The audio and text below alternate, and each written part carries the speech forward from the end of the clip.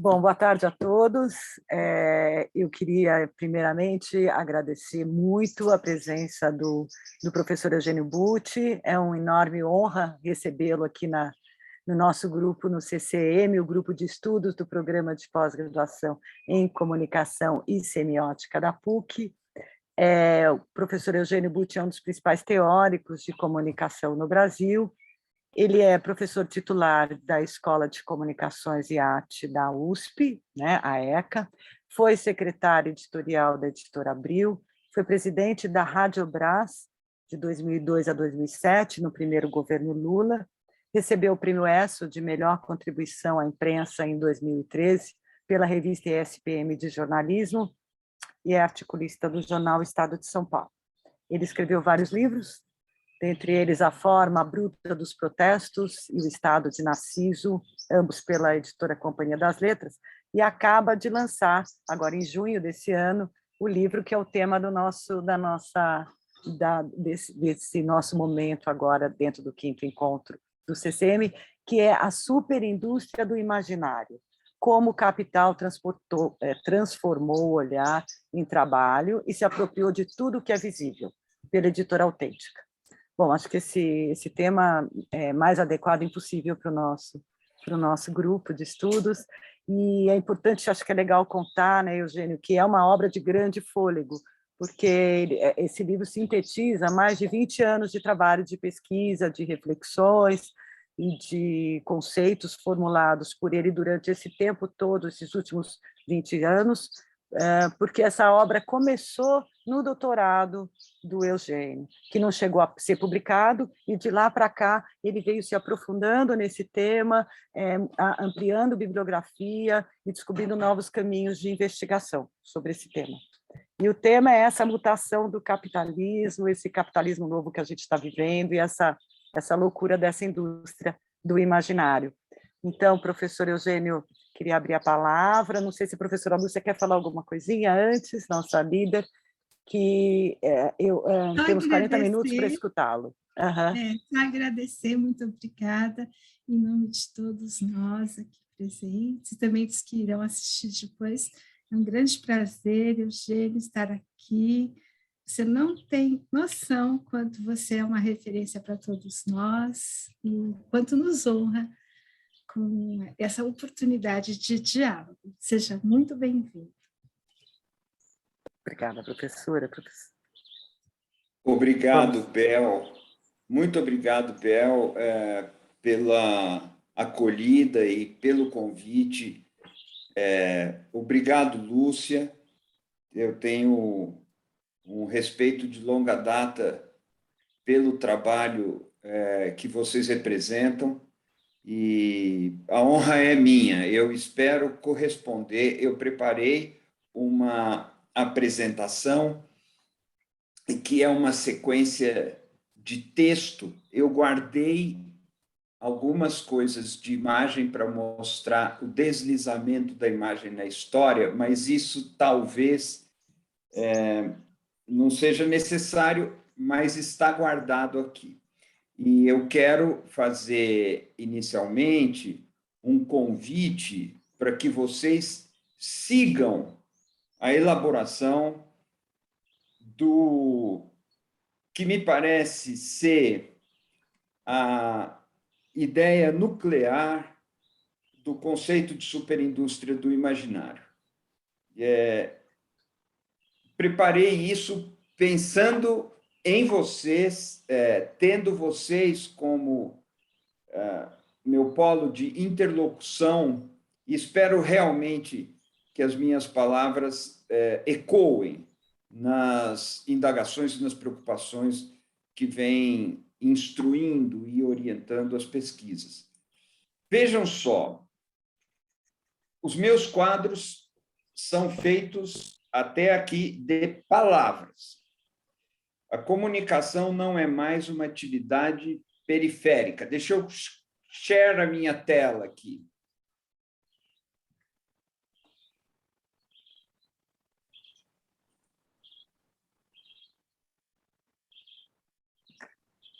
Não deu certo.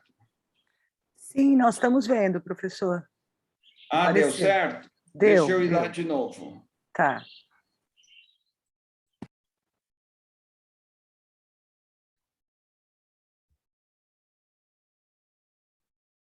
Aí, estamos vendo. Maravilha. Veja se vocês continuam vendo aqui. Sim. Maravilha. Então, vamos lendo junto. Eu convido vocês para lerem comigo. A comunicação não é mais uma atividade periférica no capitalismo. Professor, desculpe, está na primeira página ainda, a superindústria, o título, o seu nome, aula para CCM, não mudou de página. Ah, então...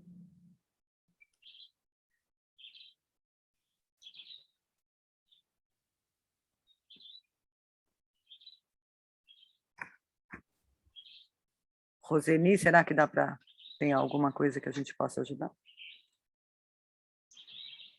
Eu acho que talvez seja só colocar no modo de apresentação que ele deve ir. E depois... Vê se deu certo aí. A primeira página está aparecendo, não a segunda. Só o título. Se clicar na segunda, não muda. Sabe o que pode ser? Tem um ícone na parte superior, no extremo lado direito, que se chama View. Lá, Eugênio, você muda para você ver o que você está nos mostrando, porque se ficar no... Isso, agora você vai ter mais controle. O tamanho está bom para vocês? Está ótimo. Então, ótimo. Tá assim.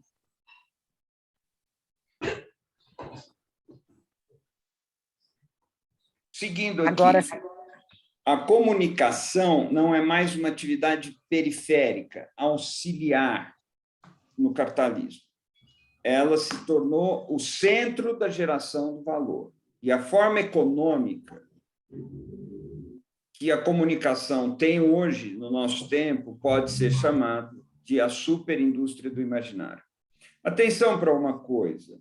As 5 big techs americanas, a Apple, Facebook, atualmente Metaverso, Google, Amazon e Microsoft, esses 5 conglomerados têm juntos um valor de mercado da ordem de 9,3 trilhões de dólares, algo como 10 trilhões de dólares. Esse é o valor de uma atividade, e esse valor decorre do que eu vou mostrar aqui como exploração de olhar e fabricação de mercadoria como signo. Atenção, porque o olhar deixa de ser uma janela por meio da qual os tentáculos da publicidade procuram gerar efeitos na máquina psíquica do sujeito. O olhar não é uma tela de recepção, ele passa a funcionar como uma força ativa de construção de sentido. Os olhantes estão para o olhar, assim como os falantes estão para a língua. Olhar é uma atividade, é uma ação ativa e gera valor com efeitos econômicos. É por isso que as empresas dedicadas à exploração do olhar, à extração de olhar, acompanhada de extração de dados, alcançam valores sem precedentes na história do capitalismo. Portanto, a comunicação não deve mais ser tratada por nós como uma atividade de transmissão de mensagens. Ela é uma atividade econômica que fabrica valor. Pois bem, volto ao livro primeiro do Capital.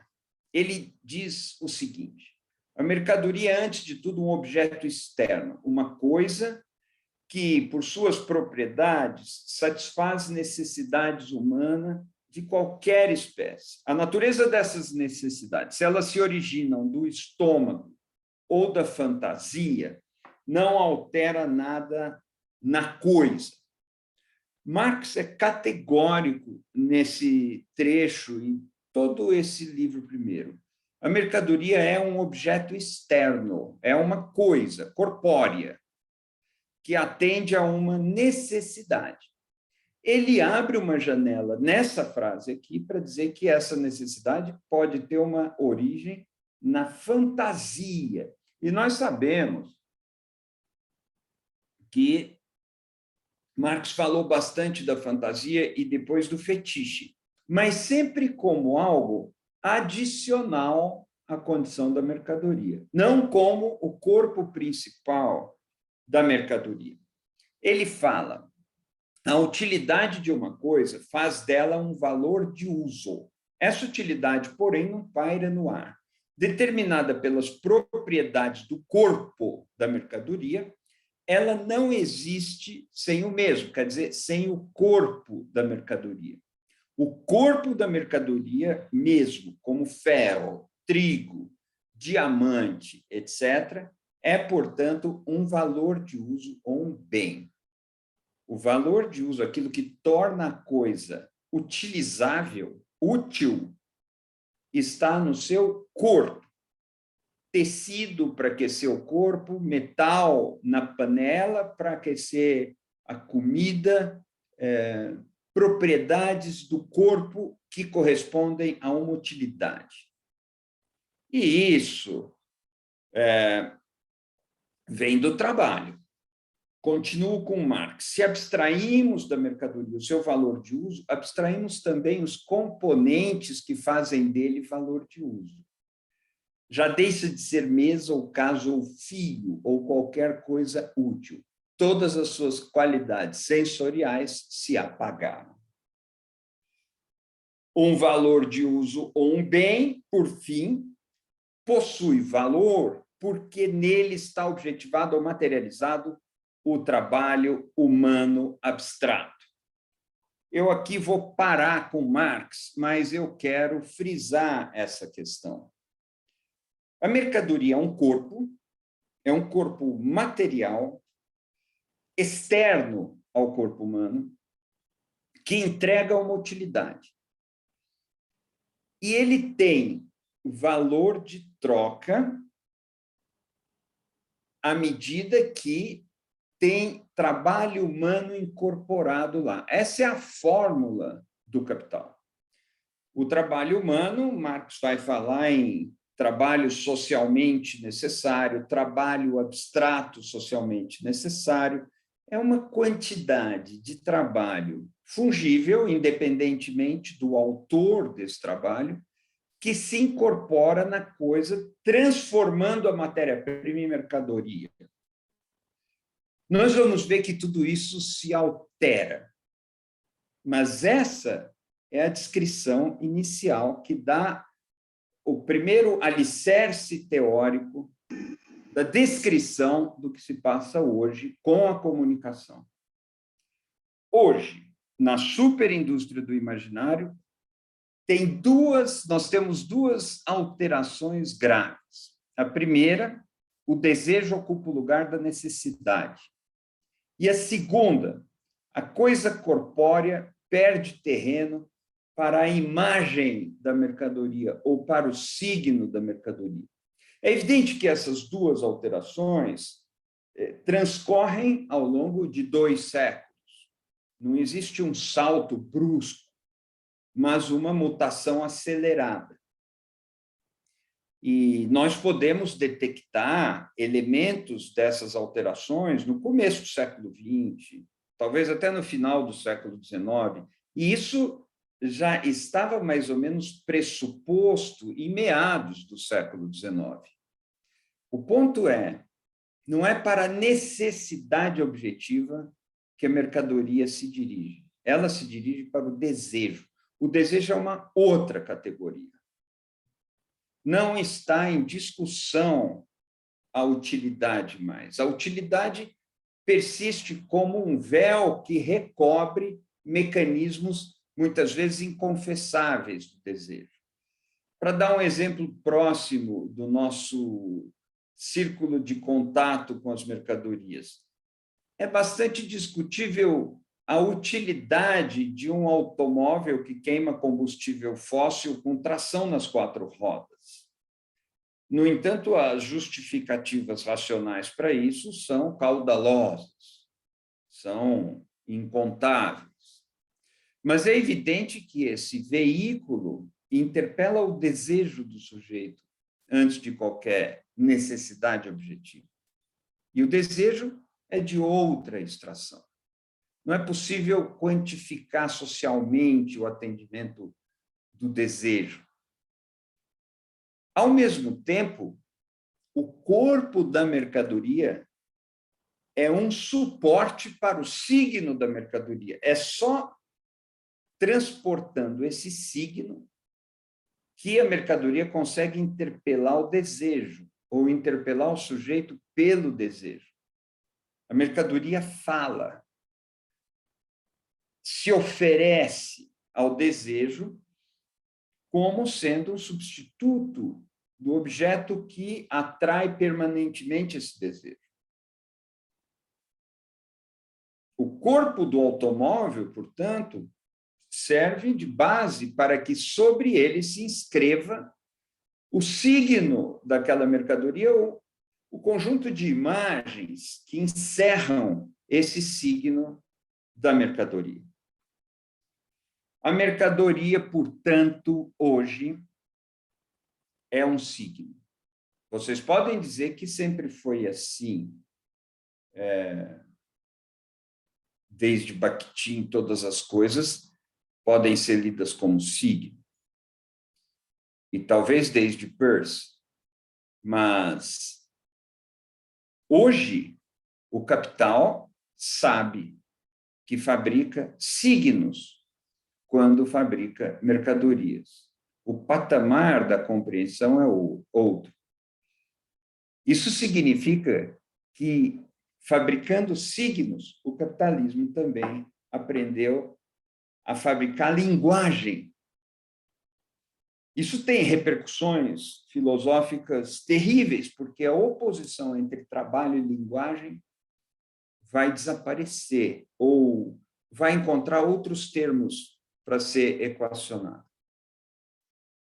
Portanto, a mercadoria é signo, e, de preferência, esse signo é imagem, esse signo é visual. A mercadoria não é mais física, não é mais corpórea, é um signo que não se toca com os dedos.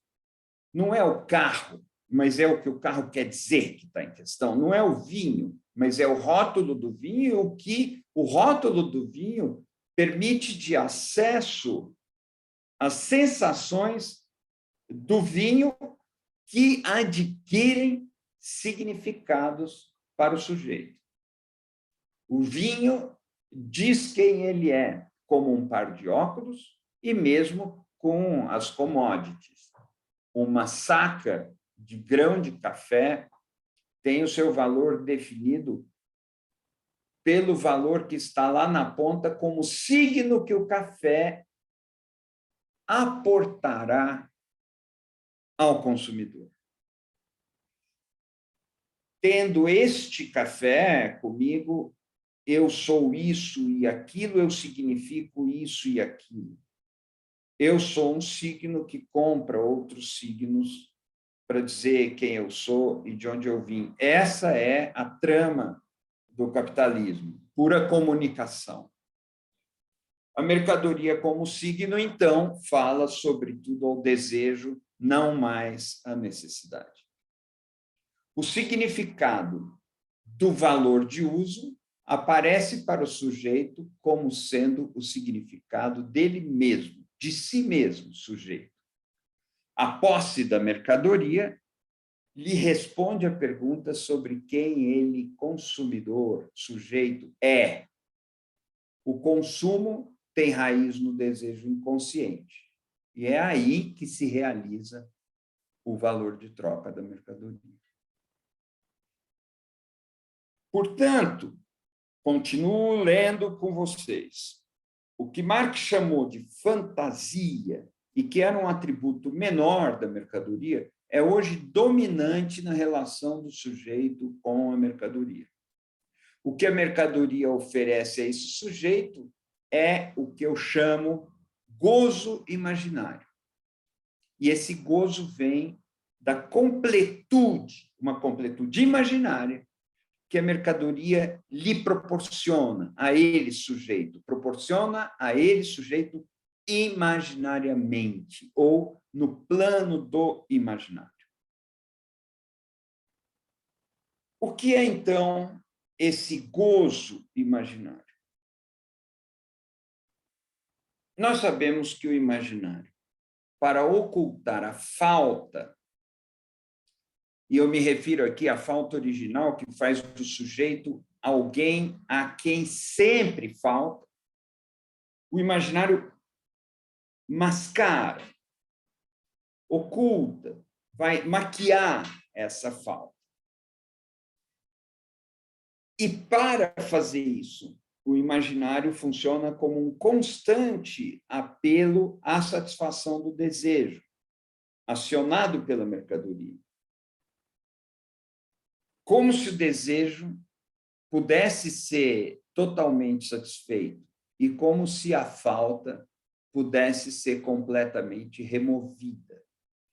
Há um jogo de ocultamentos, outra vez aí, um jogo de ocultamentos próprio do imaginário, que esconde, que oculta a natureza persistente e inamovível da falta e a natureza volúvel do desejo, que encontra o seu objeto, descobre que o seu objeto é um impostor, busca outro objeto para encontrar aquele mesmo impostor, porque o que o desejo tem como primordial é o que sempre lhe falta, por definição. Isso é estar vivo, seguir atrás de um desejo impossível de ser satisfeito. Mas no plano do imaginário, nós a toda hora somos convidados a encenar a farsa de que estamos encontrados, estamos pacificados. O imaginário pacifica. O imaginário se organiza como apelo de consumo permanente. E a mercadoria, isso agora, aprendeu a se colocar no lugar do objeto do desejo do sujeito. Se nós fôssemos recorrer a uma terminologia da teoria psicanalítica, nós falaríamos do objeto pequeno a. A aqui da palavra francês outro, a minúsculo. Esses objetinhos que fazem parte da trama simbólica e imaginária, esses objetinhos estão o tempo todo em circulação, agora fabricados pelo modo de produção capitalista que fabrica linguagem. O superego, nesse contexto, deixa de ser aquele que diz não goza, porque a ele basta dizer goza. A sensação de completude se instala, mas não dura. A sensação de completude se desmancha como nuvem. E logo em seguida, o sujeito parte em busca de um novo objeto fabricado. Atenção aqui, porque o modelo convencional do superego é aquele que internaliza a repressão e que diz para o sujeito: calma lá, meu amigo, devagar com o andor, não vá com tanta sede ao pote e outros lugares comuns. O superego dá um freio no movimento, pois no imaginário do nosso tempo, o superego impõe o gozo, e é o gozo imaginário que está aí. Por isso, a gente começou a ver peças de comunicação comercial, como, por exemplo, um cigarro que adota o slogan de "No limits", sem limites, ou uma série de outras mensagens publicitárias na linha de aproveite, vá em frente, acredite, faça, apenas faça, não se contenha, goza. Ao final das contas, é isso. O superego inverte o comando. Ele deixa de ser o dispositivo para segurar a rédea e passa a ser uma espécie de espora que tortura o sujeito à medida que o impele para frente, a pretexto de ir atrás do seu desejo ou do seu sonho. Várias outras coisas são equivalentes. Essa é a atividade industrial do nosso tempo. Isso não é comunicação para impulsionar ou acelerar a circulação de mercadorias. Isso é a fabricação das mercadorias. Aí está o coração da atividade industrial. Nessa perspectiva, pode-se, então, definir a mercadoria como algo que é oferta localizada de gozo imaginário. É o que a comunicação está fabricando. Lacan diz o seguinte, e eu vou me valer aqui de 2 ou 3 frases de Lacan. Lacan, vocês sabem, Jacques Lacan, psicanalista francês,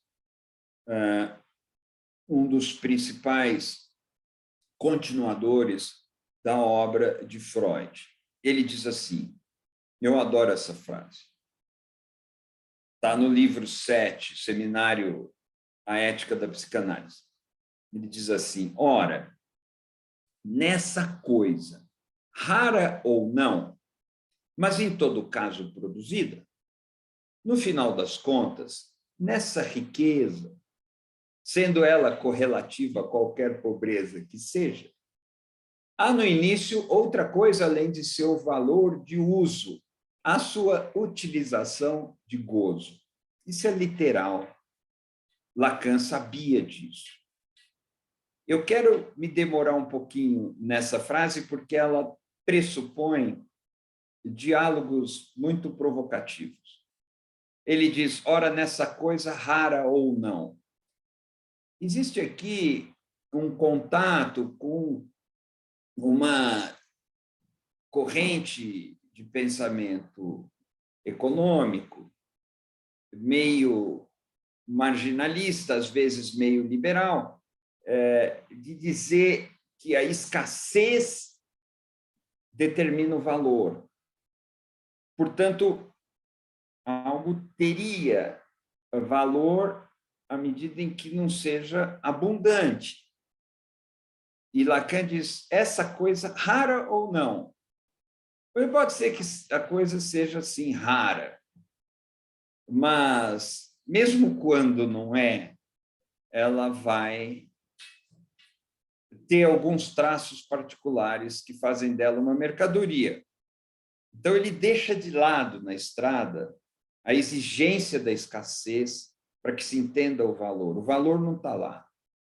Ora, nessa coisa, rara ou não, mas, em todo caso, produzida, aqui há um diálogo com o pensamento de Marx, porque a mercadoria é trabalho incorporado, ou trabalho abstrato, ou trabalho socialmente necessário, ou trabalho abstrato socialmente necessário. É trabalho humano incorporado na coisa. Então, em todo caso, eu estou falando aqui de uma coisa produzida, fabricada.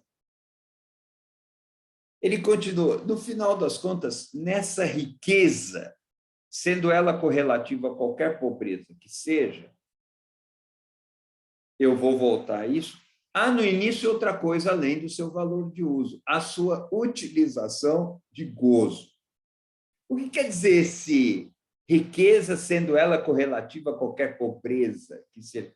Porque a mercadoria, incorporando o trabalho ou materializando o trabalho como uma cicatriz, a mercadoria chupando esse trabalho, transformando esse trabalho em coisa física, como a ferrugem sobre o parafuso,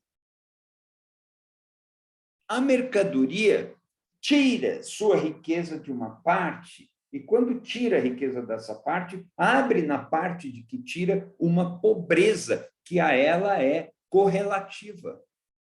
A mercadoria tem o valor exatamente que falta ao sujeito. O sujeito olha para a mercadoria como um valor a menos e vê a mercadoria como valor a mais, valor que nele, sujeito, está faltando. Ele, sujeito, não é ninguém sem a mercadoria. É o desejo que o impulsiona na direção da mercadoria. Aí está a riqueza correlativa a qualquer pobreza que seja.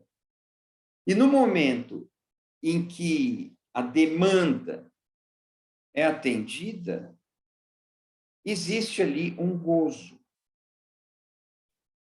Esse gozo é o que Lacan chamou aqui de utilização de gozo. Para efeitos dos estudos da comunicação,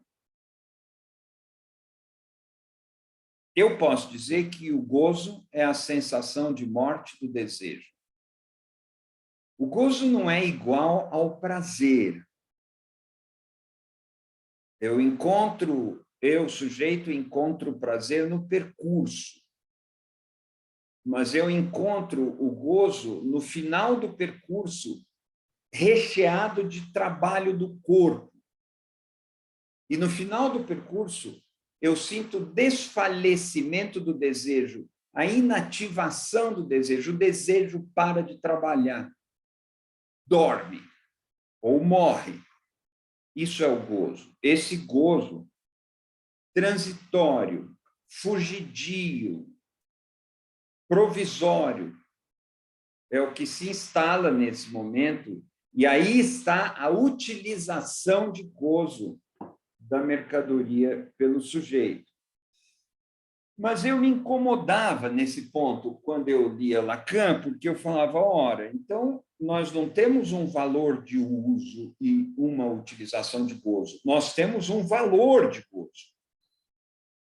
E durante uns bons 10 anos nessa pesquisa, eu me fixava nessa expressão, valor de gozo, e me envergonhava um pouco dessa expressão, porque ela me parecia um pouco libidinosa, em demasia. Eu me sentia como que lidando com partes pudendas da linguagem, e não me sentia à vontade com isso. Mas existe um valor de gozo na mercadoria. Isso mesmo, valor de gozo. Mas, com o tempo, um aluno meu da pós-graduação, Rafael Venâncio, encontrou algo que eu desconhecia, que são as transcrições dos seminários de Lacan, não publicados em livro, e entre esses seminários, o seminário A Lógica do Fantasma, no qual, em 1967, Lacan se referiu por várias vezes a essa expressão exata, valor de gozo. Eu me aliviei porque experimentei um gozo intelectual, porque, afinal, Lacan tinha me poupado da inibição. Ele mesmo falava em valor de gozo. Ela foi invocada pela primeira vez, então, no seminário A Lógica do Fantasma, em 1967. Essas transcrições são hoje públicas dentro do círculo lacaniano, mas isso não está publicado formalmente em livro. Eu vou lembrar alguns trechos aqui. Há algo que toma o lugar do valor de troca, diz Lacan. Tanto que da sua falsa identificação ao valor de uso resulta a fundação do objeto mercadoria. algo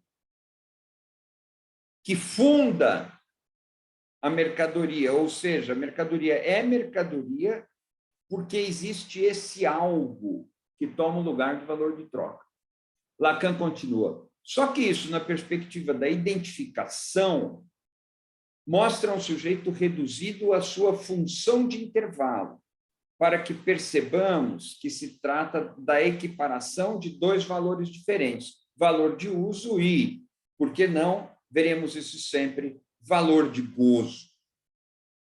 Sublinho valor de gozo, desempenhando ali o lugar do valor de troca, ou desempenhando o valor de troca. Esse é o algo que toma o lugar do valor de troca, valor de gozo. Só que Lacan não descreve essa categoria em termos das relações sociais, ou das relações econômicas, ou no plano da comunicação. Ele vai falar sempre como um psicanalista, vai tratar do inconsciente, vai tratar da constituição esquiva do sujeito, mas não faz a descrição que a nós é essencial. E essa é uma das razões pelas quais eu escrevi o Superindústria do Imaginário, para apresentar essa descrição dentro de um contexto teórico que vai passar pela linguística, pela teoria da comunicação numa certa especialização, pelo espaço público e outros cruzamentos mais. O hiato, ou o intervalo, para usar a palavra de Lacan, entre valor de troca e valor de uso, abriga o valor de gozo. O hiato se situa entre o valor do trabalho socialmente necessário, trabalho alienado, né, arrancado ao trabalhador, e o valor de troca que a mercadoria carrega. O hiato entre o valor de uso e o valor de gozo, essa distância, esse intervalo, abriga o valor. Eu vou expor isso num quadro. Abriga o valor de troca, mas esse valor de troca se transmuta em valor de gozo, ou, outras vezes, o valor de gozo embrulha o valor de uso. Outras vezes, quem embrulha o valor de gozo é o valor de uso. São operações de dissimulação permanente. Mas, nesse ato, vai se escrever o valor de gozo. Vamos ver isso um pouco melhor. O valor de gozo não se compõe apenas de trabalho, mas também há valor que vem do trabalho dentro do valor de gozo. Mas o valor de gozo se compõe de um segundo fator. De um lado, existe trabalho fungível ali, mas, de outro lado, existe o trabalho que se compõe de olhar. O olhar trabalha para que a imagem da mercadoria seja fabricada e a mercadoria, tendo essa imagem, oferece valor de gozo. Sem a exploração do olhar, não se fabrica o valor de gozo na mercadoria. O capital se apropria do olhar para incorporá-lo aos signos que fabrica. Atenção! Isso significa que, assim como um corpo de mercadoria tem ali trabalho socialmente necessário, abstrato, cristalizado, a imagem da mercadoria traz até o sujeito o valor do olhar sedimentado. Há um processo análogo aí. E aqui eu exponho uma fórmula gráfica para visualizar o que eu estou tentando explicar. suponhamos que aqui esteja o valor de troca da mercadoria. O valor de troca não se confunde com o preço da mercadoria, mas pode se expressar de alguma maneira no preço. Só que o valor de troca, ele, nos termos clássicos, ele é dado pelo trabalho abstrato socialmente necessário depositado na mercadoria. É isso que dá a dimensão do valor de troca. E aqui eu proponho um desmembramento. De um lado, existe trabalho abstrato socialmente necessário, definindo o valor de troca da mercadoria, mas, além disso, existe valor de gozo, que se compõe de olhar social, o trabalho fungível necessário para a fabricação da imagem ou do signo da mercadoria, mais o trabalho criativo, mais tecnologia, que conformam a identidade daquela mercadoria. Veja, para voltarmos a um exemplo do automóvel ou de uma bolsa de mulher, um acessório do vestuário que pode ser comprado em lojas de grife ou nem tanto assim. Naquela bolsa existe o trabalho abstrato socialmente necessário que modificou a matéria-prima e fez daquilo uma bolsa, um recipiente para que se carreguem coisas.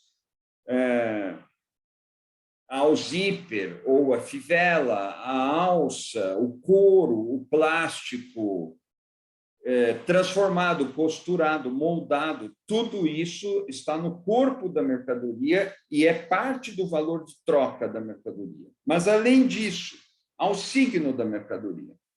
Esse signo contém o método de fabricação, a identidade que vem a partir do que aquela marca oferece de sentido, e muito olhar social. Vocês vão me perguntar, mas como olhar social aí? É o que eu vou explicar em seguida. Mas, por enquanto, vamos ficar com isso. A mercadoria tem o valor de troca determinado pelo corpo, pela sua dimensão corpórea, porque aí vai trabalho, e tem o seu signo, a sua imagem, que envolve também trabalho, mas envolve olhar social. Começando essa explicação, eu diria o seguinte: é só porque a sociedade olhou repetidamente uma proposição sígnica que ela adquire existência no repertório daquela sociedade. Hoje existe um banco que quer ser dono da cor alaranjada. Não satisfeitos em tomar conta do dinheiro alheio, os bancos instalam cercas de arame farpado em volta do espectro cromático e querem ser donos, cada um, de uma cor. Um deles quer ser dono da cor alaranjada, mas ele não pode decretar: eu sou dono da cor alaranjada. Não pode ir a um cartório e comprar o alaranjado e registrar isso em patente ou no registro de títulos e documentos. Para ser dono da cor alaranjado, ele precisa que as multidões olhem para aquele alaranjado em associação com a marca sua de banco e aprendam que a marca sua de banco quer dizer alaranjado, e aprendam que alaranjado quer dizer a marca do banco. Essa associação entre uma cor e um logo é uma associação que custa tempo de exposição ao olhar e custa olhar ativo para construir aquela significação. É nesse sentido que o olhar é explorado, como força ativa.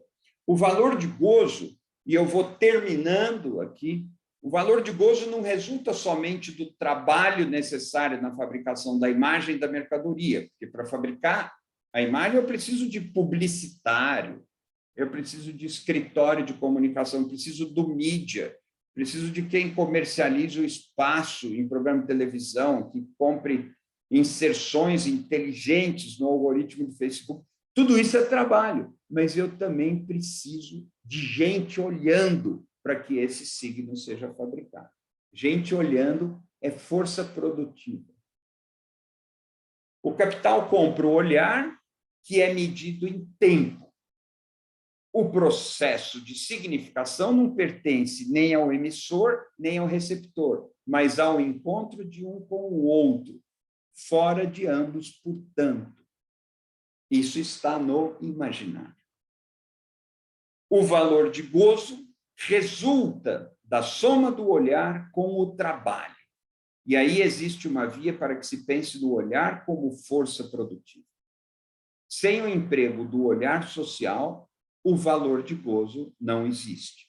E o olhar social é comprado pelo capital, do mesmo modo que a força de trabalho é comprada pelo capital.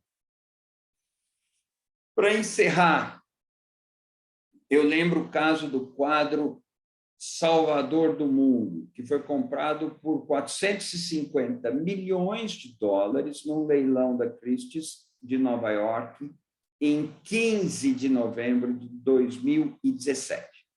Esse mesmo quadro, em 2005, sem ter autoria definida, ele não era suposto de ser de Leonardo da Vinci, como hoje se acredita que ele é, foi vendido por 10 mil dólares. Em 2012, já atribuído a Leonardo da Vinci, foi vendido por 127 milhões de dólares. E em 2017, foi vendido por 450 milhões de dólares. Aí está o quadro.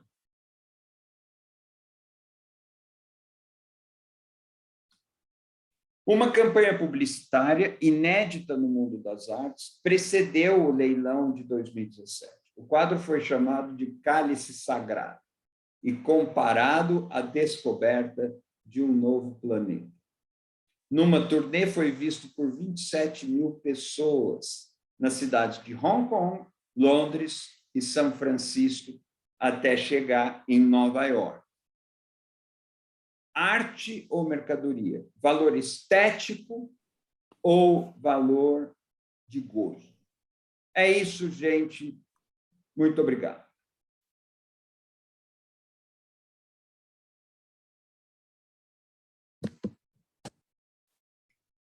Muito obrigada, professor. Foi muito revelador, eu acho, né? Bastante didático e gostoso de ouvir, muito claro, conhecer todo esse processo. Eu tenho várias perguntas, queria saber, antes de mais nada, a professora Lúcia, ou quem gostaria de fazer uma pergunta, alguma questão? Não, Bel, por favor, pode começar. Tem várias coisas que eu gostaria de comentar. Primeiro, eu fico pensando, bom, a gente se diverte na frente da tela e está trabalhando e está dando dinheiro para essas superindústrias, esses grandes conglomerados, sem saber. Aí eu me pergunto, o que é preciso para agir, como se age diante desse novo capitalismo, dessa nova forma de agir, tanto o usuário, né, quanto o pesquisador, enfim, o estudioso da ciência da comunicação. O que fazer? Pois bem, primeira coisa, gente, eu terminei às 16h48, mas nós perdemos aqueles minutos lá que eu não conseguia pôr a exposição.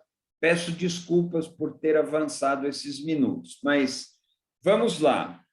Bel, essa pergunta é sempre presente para mim. Eu sempre me pergunto isso. Pois bem, o que fazer? Né? Tem o livro do Lenin, Что делать? O que fazer? O que fazer? E não é simples encontrar as respostas, porque a única esperança, me parece, estar na política que seja capaz de submeter os conglomerados, hoje sem limites, a uma regra democrática de contenção da exploração do trabalho do olhar, trabalho da imaginação, trabalho da atenção. Veja que o que acontece é exatamente o que você falou.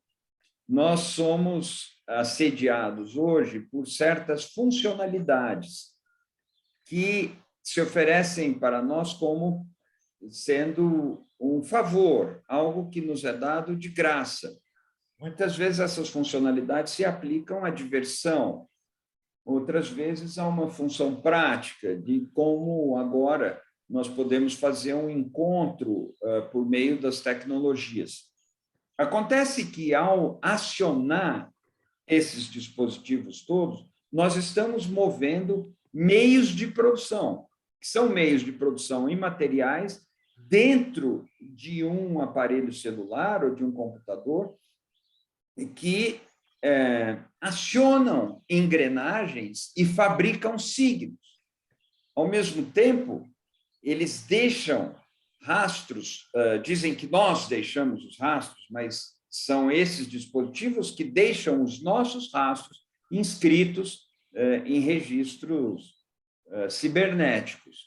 E esses dados entregam o circuito do desejo inconsciente de cada um. Nós temos hoje o mapa do nosso desejo devidamente catalogado por esses conglomerados, e, com base nisso, a oferta da verdadeira mercadoria, que são os nossos olhos, é muito mais eficiente. O que é vendido no fim dessa linha somos nós mesmos, o nosso desejo, o nosso olhar, as nossas biografias, as nossas expectativas, as nossas doenças, as nossas forças. É isso que é vendido no final. O que é especialmente sórdido é que nessa indústria da comunicação, que eu repito, não é um processo de facilitação de circulação de mercadorias, mas é um processo de fabricação de valor, nessa indústria da comunicação, nessa superindústria do imaginário, o trabalho ainda não é remunerado. O trabalho do olhar ainda não é remunerado. Existem alguns rudimentos para essa remuneração. Esses rudimentos são, às vezes, baseados no mero escambo, mas, fundamentalmente, hoje, nós estamos falando de trabalho escravo. Trabalho do olhar, o trabalho da digitação, o trabalho de postar coisas, de recorte, de edição, trabalho escravo. Os conglomerados, explorando dados e explorando desejo, explorando o olhar ou explorando as demandas, inventaram o negócio mais lucrativo de toda a história da humanidade. É por isso que o valor deles foi parar onde foi parar. Certo. Ok, obrigada. Alguém mais? Eu tenho uma... Levantar. Vanessa, por favor. Deixa eu abaixar minha mãozinha aqui. Bom, muito obrigada, professor Eugênio. Muito interessante tudo, fiz muitas anotações. Para mim, esse conceito de valor de gozo é novo. Fiquei muito interessada, muito instigada. Vou atrás, vou pesquisar mais. E achei muito interessante, assim, essa questão de ter o olhar social como uma força produtiva, né? E como uma força produtiva que, na verdade, é uma indústria do desejo que a gente está trabalhando aí. Ao mesmo tempo em que tem essa questão do gozo enquanto um ápice de um fim, né? Como se fosse um ápice de algo que está por acabar e que é o fim do desejo, para um novo desejo, talvez, provavelmente. E eu fiquei pensando um pouco, claro, a nossa cabeça vai longe, né? Eu fiquei pensando um pouco nessas questões do antropoceno, que pra gente são caras, assim, pelo menos pra mim. Fiquei pensando que talvez o antropoceno seja também o gozo do neoliberalismo, porque a gente está vendo um sistema que está em decadência, porque ele não é insustentável, né? E aí eu fiquei pensando de qual seria o valor de gozo disso, né? Disso que a gente está vendo, que a gente tem todo um imaginário apocalíptico sendo criado por conta disso, né? Desse imaginário de fim de mundo, do que a gente está vivendo agora. E eu não sei se você poderia falar alguma coisa a respeito, se faz algum sentido. Obrigada. Eu que agradeço, Vanessa. Como a pergunta da Bel, que vai no ponto, vai no nervo, e é difícil responder, a sua pergunta também é muito difícil de responder, porque o valor de gozo é isso que não é um uso útil, não tem utilidade, e é um valor para o sujeito, a despeito de não ter utilidade. E muitas vezes é o valor primordial. É muito interessante, porque a gente sempre gostou de repetir que a poesia não é útil, a arte não é útil, está além da utilidade. Mas nós estamos numa época em que a mercadoria simula a estética, forja uma estética, frauda uma estética e se oferece como se fosse arte ou como se fosse um sentido vital. O valor de gozo está aí, nessas ligações todas. Qual, nós podemos nos perguntar, o valor de gozo da indústria das religiões, por exemplo? Existe uma mercadoria. Essa mercadoria é a promessa de felicidade, essa mercadoria é a experiência um tanto catártica, um tanto transcendente, daquele que descobre uma força interior em si mesmo e dela se delicia, é uma outra possibilidade. Ou as duas coisas podem estar juntas. Essa mercadoria é uma inserção em certos círculos sociais, uma projeção, é uma canalização de olhares para a pessoa como alguém digna de admiração. Todas essas coisas vão passar, vão cruzar, vão transpor fronteiras do narcisismo, do exibicionismo, e dessa coisa que é a morte do desejo, aquele instante em que estou saciado, nada mais me falta, eu estou feliz. Esse é o valor de gozo, ou a isso, né, corresponde o valor de gozo que a mercadoria oferece. Aí a gente vai para o antropoceno, que tem sido muito discutido. Uma proposição interessante é o capitaloceno, que seria, né, uma... Eu gosto muito dessa outra ideia, que o centro dessa era geológica e histórica não é bem o ser humano, mas é um modo de produção. Essa seria outra hipótese. Que valor de gozo circula aí? Eu não sei responder essa pergunta. Eu não sei se é um conjunto deles, porque há um valor de gozo oferecido pela mercadoria da atividade política também. O sentimento de pertencimento, a identificação, a cola libidinal, tudo isso ajuda na precipitação desse gozo, que é um gozo imaginário, porque ele acontece no imaginário, na fronteira do corpo com o imaginário. Eu não sei responder qual é o valor de gozo aí. Pero que las hay, existe. Ele está lá, mas é difícil apontar. Me desculpa, mas eu não consigo ir além disso nessa resposta. Muito obrigada. É mais uma reflexão mesmo. Obrigada. Alguém mais?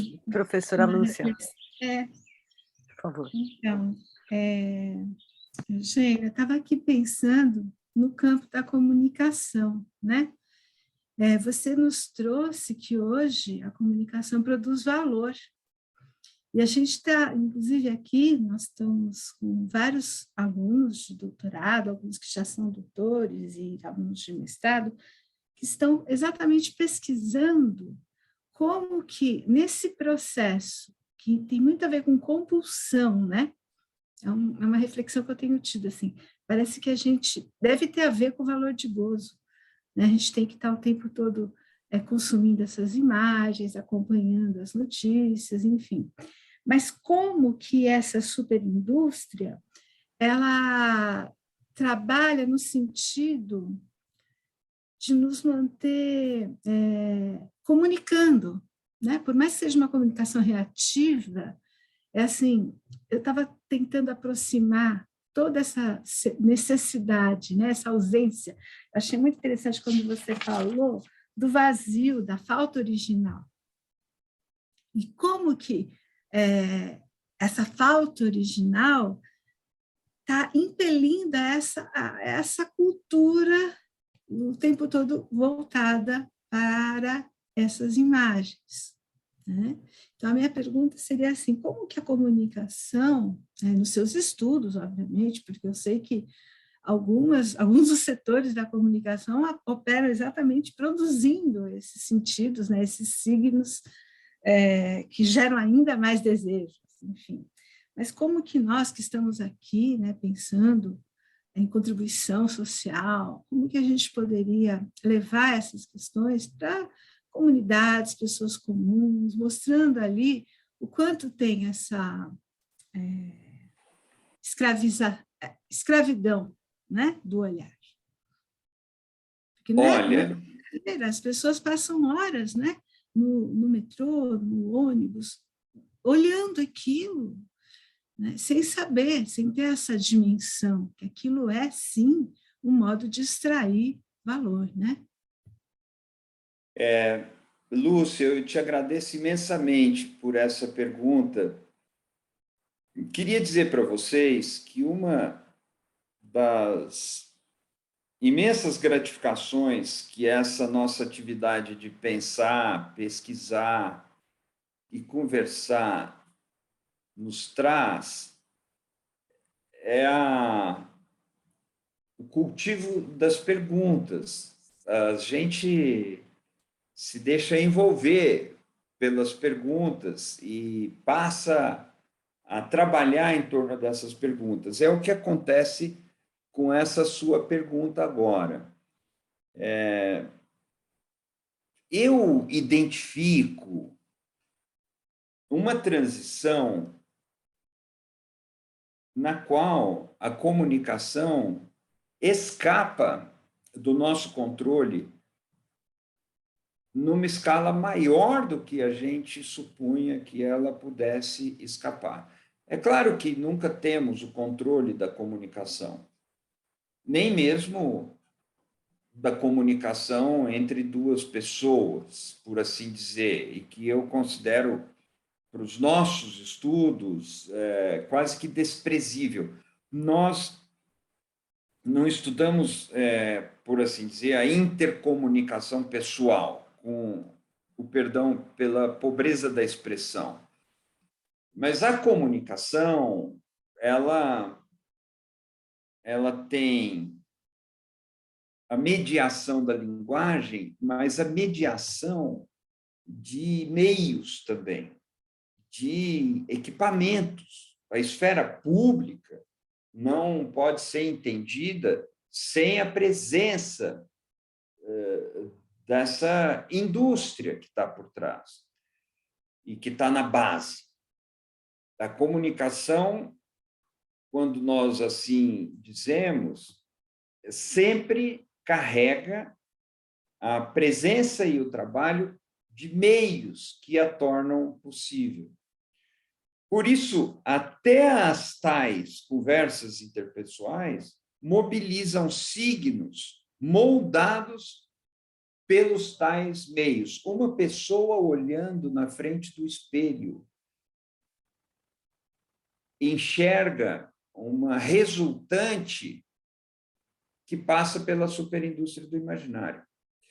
Como eu tenho uma imperceptível entrada na cabeça, ou seja, eu tenho certas entradas, eu diria, eu tenho uma certa tendência muito discreta ao que dizem, numa palavra feia, como sendo calvície, eu sempre penso naqueles homens que penteiam o cabelo, repartindo num lado da cabeça, deixando aquela faixa de cabelo crescer para com ela cobrir o cocoruto.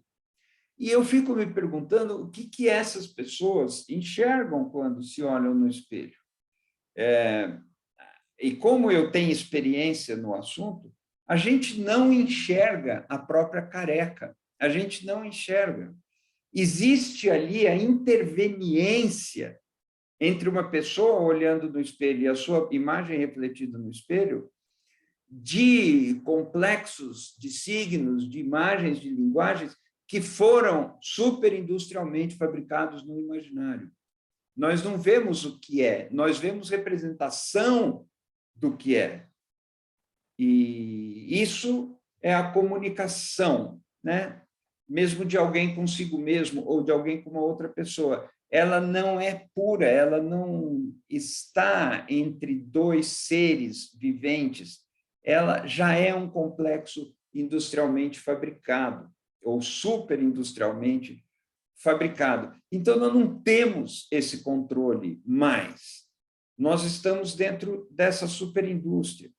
Mesmo quando queremos trabalhar a comunicação para abrir caminhos na direção de construção de consciência, de expansão dos direitos, e tudo isso faz parte, tudo isso devemos fazer, muito disso se perde no meio da superindústria.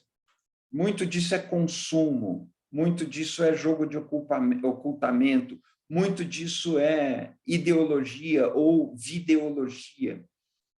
E não há muito como escapar.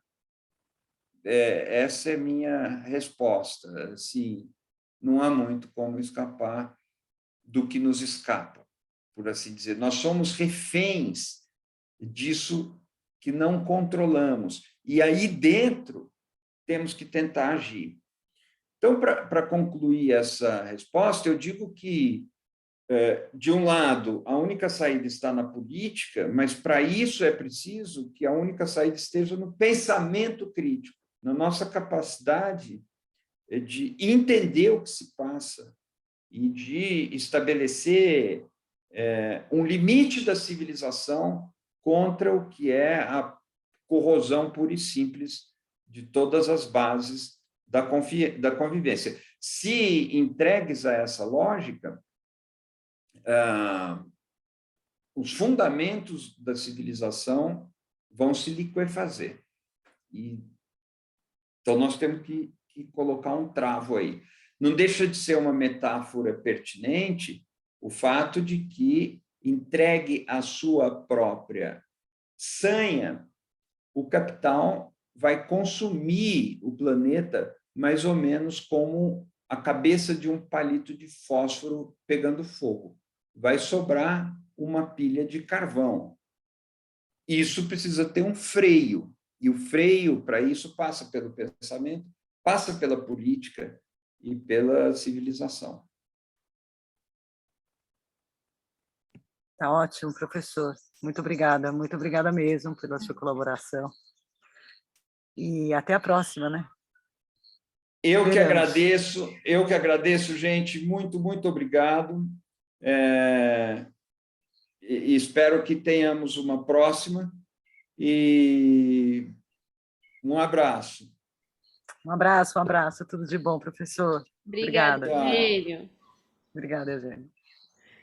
A gente vai ter uma palestra ainda agora, acho que o Fernando já está aqui, eu vi que ele entrou, vou só encerrar essa gravação para a gente começar a próxima, tá bom? Um minutinho. Okay. Paula também já está aqui, né? Só um segundo. Sim, estou aqui.